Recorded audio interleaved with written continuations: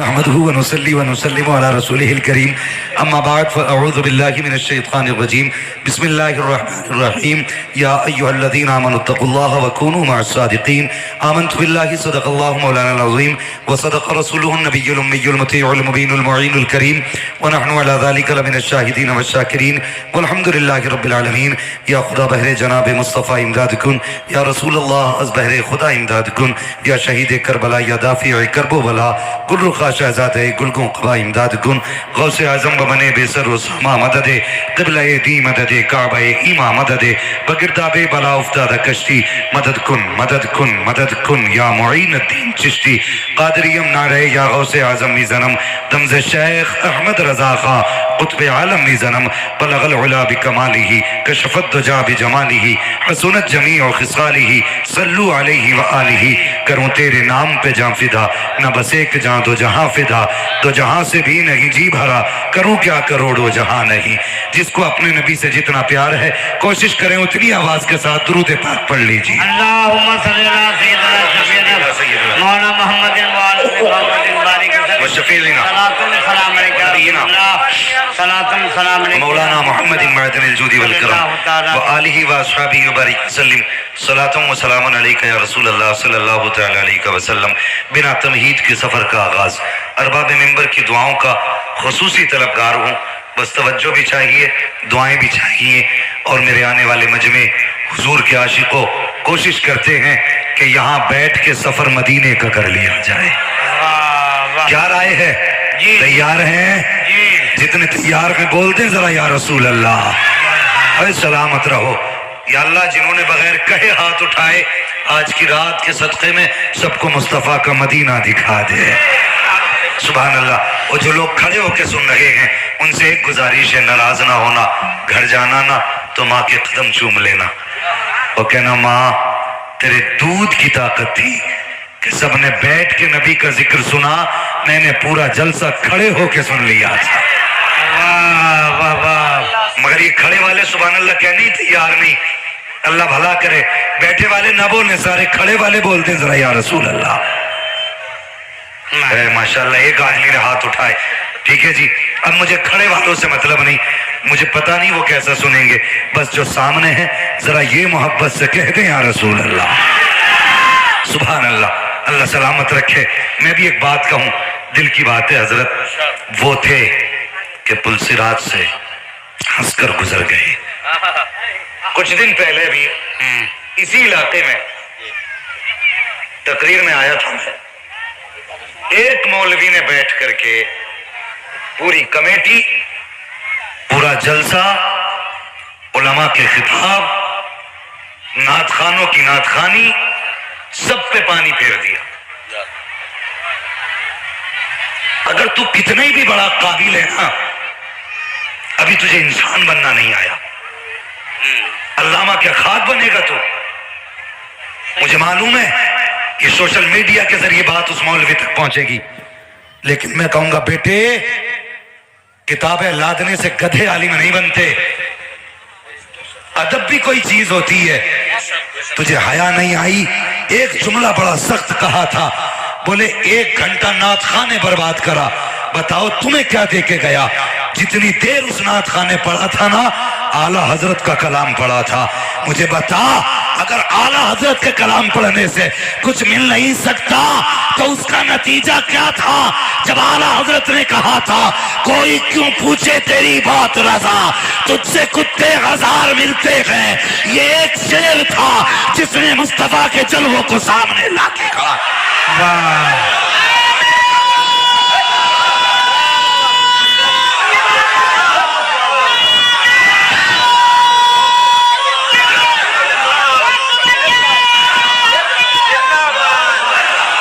واہ واہ، ماشاءاللہ ماشاءاللہ، بہت اچھے۔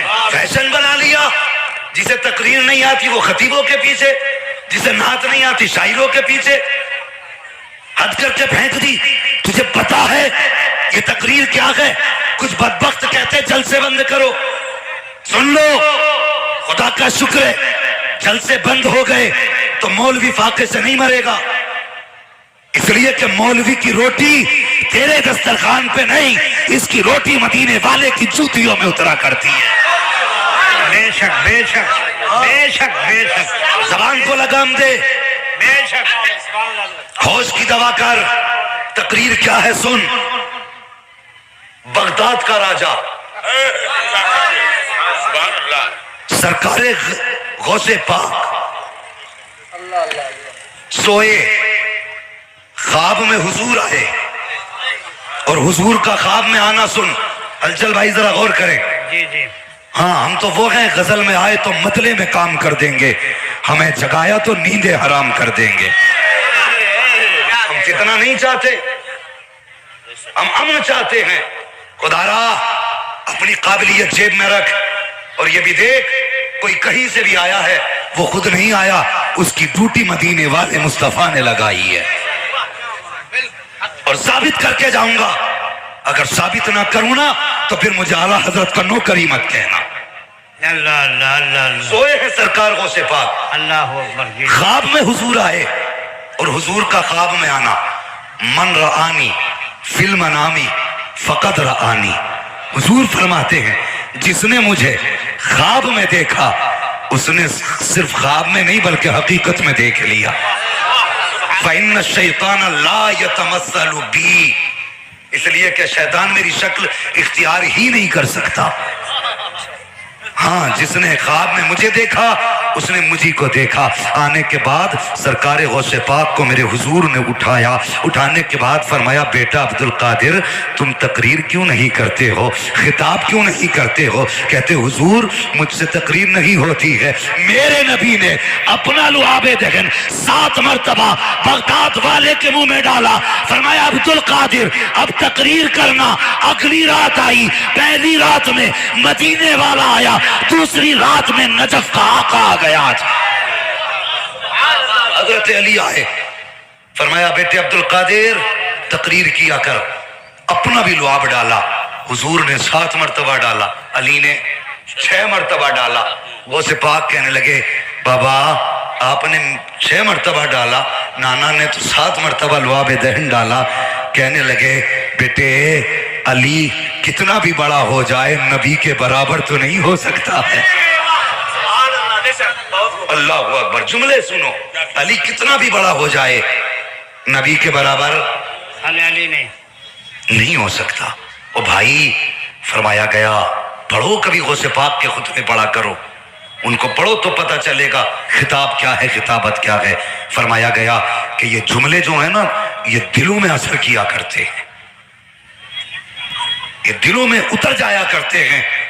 جو باتیں برسوں درسگاہ میں دل میں نہیں اترتی، کبھی کسی کی زبان سے منٹوں میں دل میں اتر جایا کرتی ہیں۔ او خدا را اس قوم میں تو اپنے آپ کو قطب ثابت نہ کر۔ ہاں اور کہہ دیا جلسے والوں تمہارا جلسہ کرانا بیکار فضول، تجھے کیا لگتا ہے یہ درسگاہ لگی ہے؟ یہاں ہم وضو کے فرائض سکھانے بیٹھے ہیں؟ اور یار جب دل کرتا ہے محفل سجا لیتے ہیں، حضور کی باتیں کر لیتے ہیں، کلیجے ٹھنڈے ہو جاتے ہیں۔ تو دل کو ٹھنڈا کرنے کے لیے حضور کی باتیں کرتے تو کس ہوا میں ہے؟ اللہ اکبر، دنیا بھر کی باتیں۔ اور خدا را علماء سے گزارش کروں گا قوم میں تفرقہ نہ پھیلائیے، اگر حسد ہے تو محنت کیجئے، اور میں تو یہ دعوے سے کہتا ہوں یہ چیز محنت سے حاصل نہیں ہوتی، یہ عطائی ہوتی ہے، اللہ جس کی ڈیوٹی لگاتے۔ خدا را حوصلوں کو سلام تمہارے، جتنی محنت علماء کی مخالفت میں کرتے ہو اتنی محنت سجدوں میں گر کے رب کو راضی کرنے میں کر لیا کرو۔ امید ہے کسی دن خواب میں بغداد والا آ جائے، لعاب ڈال دے منہ میں، تجھے بھی خطیب بنا جائے۔ کوئی کام ہی نہیں ہے، اللہ خیر فرمائے۔ لیکن میری قوم بیٹھ، جتنی دیر بیٹھ سکو بیٹھو، اور حضور کی کبھی بھی محفل سجا کرے نا تو علماء پہ تنقید کی بجائے جا کے بیٹھ جایا کرو، یہ سوچ کے نہیں کون آیا ہے، یہ سوچ کے جایا کرو باتیں کس کی ہونے والی ہیں، باتیں کس کی ہونے والی ہیں۔ مجھے بتائیے یہ چراغ جل رہے ہیں، یہ روشنیاں ہیں نا، تو یہ ان پہ چھوٹے چھوٹے کیڑے آ جاتے ہیں، انہیں کسی نے کہا ان سے جا کے کہ چلو وہاں لائٹ جل رہی ہے، وہاں پہ اس بستی والوں نے راڈیں لگا رکھی ہیں، نہیں روشنی دیکھے خود چلے آئے، کیونکہ انہیں عشق ہے روشنی سے، شمع سے۔ اگر کیڑوں کو عشق ہو شمع سے تو جان کی پرواہ نہیں کرتے، انسان کو عشق ہو مصطفیٰ سے تو پھر رات کی پرواہ کیسے کر سکتے ہیں؟ رات کی پرواہ کیسے کر سکتے ہیں؟ اللہ اکبر، سرے محفل کرم اتنا میرے سرکار ہو جائے، نگاہیں منتظر رہ جائیں اور دیدار ہو جائے، غلام مصطفیٰ بن کر میں بک جاؤں مدینے میں، محمد نام پر سودا سرے بازار ہو جائے۔ ہاں ہم عشق کے بندے ہیں، اعلیٰ حضرت کہہ گئے، ہاں خیبانہ صحیح افضل مکہ ہی بڑا زاہد، ہم عشق کے بندے ہیں کیوں بات بڑھائی ہے۔ بھائی گلفام ثانی نے بڑی محنت سے کلام پڑھا، آپ نے خوب سنا، مجھے پیسے کی کوئی خواہش نہیں ہے، لیکن ایک شعر میرا بھی سنو، سنا دوں؟ ایک شعر سنیں گے؟ اگر لہجے میں پڑھ دیا تو آدھا مجمع چلا جائے گا، لیکن میں ترنم کی بجائے تحت میں پڑھتا ہوں، پڑھیں؟ وہ تھے کہ پل صراط سے ہنس کر گزر گئے، واہ، وہ تھے کہ پل صراط سے ہنس کے گزر گئے، وہ تھے کون؟ ابو بکر، وہ تھے عمر، وہ تھے عثمان غنی، وہ تھے مولا، تالا نہ لگائیے منہ کو ورنہ سلام پڑھ لو، مولا، اور زور سے مولا، وہ تھے کون؟ غوث اعظم، وہ تھے امام اعظم، وہ تھے غریب نواز، وہ تھے شابر پاک، وہ تھے وارث پاک، وہ تھے اعلیٰ حضرت، وہ تھے مفتی اعظم ہند، وہ تھے علامہ اختر رضا خان تاج الشریعہ، وہ تھے کہ پل صراط سے ہنس کر گزر گئے، ہم جیسے کھوٹے سکے بھی محشر میں چل گئے، واہ، ہم جیسے کھوٹے سکے بھی محشر میں چل گئے، اور سورج ہلچل بھائی، سورج سے موم کا تو پگھلنا بہت سنا، اچھا، سورج سے تو سورج سے موم کا تو پگھلنا بہت سنا، لیکن عرب کے چاند سے پتھر پگھل گئے، واہ، لیکن عرب کے چاند سے پتھر پگھل گئے، اس شہر میں بک جاتے ہیں خدا کے خریدار، یہ مصر کا بازار نہیں شہر نبی ہے، یہ مصر کا بازار نہیں شہر نبی ہے، آؤ حضور سے عشق کرو، حضور سے پیار کرو، جوانوں زندگی حضور کے نام کر دو۔ میں تو جس جگہ بھی جاتا ہوں صرف یہی پیغام دیتا ہوں، وہ جو نہ تھے تو کچھ نہ تھا، وہ جو نہ ہو کچھ نہ ہو۔ دیکھیے پھر آپ نے اتنا بڑا سر ہلا دیا، عاشقو یار زبان کھولو، منہ سے بولو، وہ جو نہ تھے تو کچھ نہ تھا، وہ جو نہ ہو۔ سبحان اللہ، لگتا ہے یہ مجمع بھی رضویوں کا ہی ہے، واہ، سب اعلیٰ حضرت والے بیٹھے نا، بالکل، ہاں جی، وہ جو نہ تھے تو کچھ نہ تھا، وہ جو نہ ہو تو کچھ نہ ہو، جان ہے وہ جہان کی، جان ہے تو جہان ہے، کہتے ہیں جان ہے عشق مصطفیٰ، روز پزو کرے خدا، جس کو ہو درد کا مزہ ناز دوا اٹھائے کیوں، واہ، جس کو ہو درد کا مزہ ناز دوا اٹھائے کیوں۔ مقدر والے ہیں وہ لوگ جنہیں حضور کے شہر میں موت آ جائے۔ کون سا دل ایسا ہے جو یہ نہیں چاہتا کہ مجھے موت مدینے میں آئے؟ ہے کوئی ایسا دل؟ کوئی ایسی سانس ہو جو مدینے میں رکنا نہ چاہتی ہو؟ کوئی ایسی آنکھ ہو جو ہمیشہ کے لیے مدینے میں بند ہونا نہ چاہتی ہو؟ ہر دل چاہتا ہے کہ مدینے میں مرے، ہر آنکھ چاہتی ہے مدینے میں بند ہو، لیکن مقدر والے ہیں وہ لوگ جو حضور کے مدینے میں مر جاتے ہیں۔ میرے حضور نے بڑی پیاری بات کہی تھی، لوگو ہو سکے تو میرے مدینے میں مرنا، ہو سکے تو میرے مدینے میں مرنا۔ صحابہ نے کہا یا رسول اللہ کیوں؟ فرمایا جو میرے مدینے میں مرے گا قیامت کے دن اس کو اللہ میرے ساتھ اٹھائے گا، اللہ اکبر، میرے ساتھ اٹھائے گا۔ اور اعلیٰ حضرت نے بڑی پیاری بات کہی تھی، کہتے ہیں طیبہ میں مر کے ٹھنڈے چلے جاؤ آنکھیں بند، سیدھی سڑک یہ شہر شفاعت نگر کی ہے، سیدھی سڑک یہ شہر شفاعت نگر کی ہے۔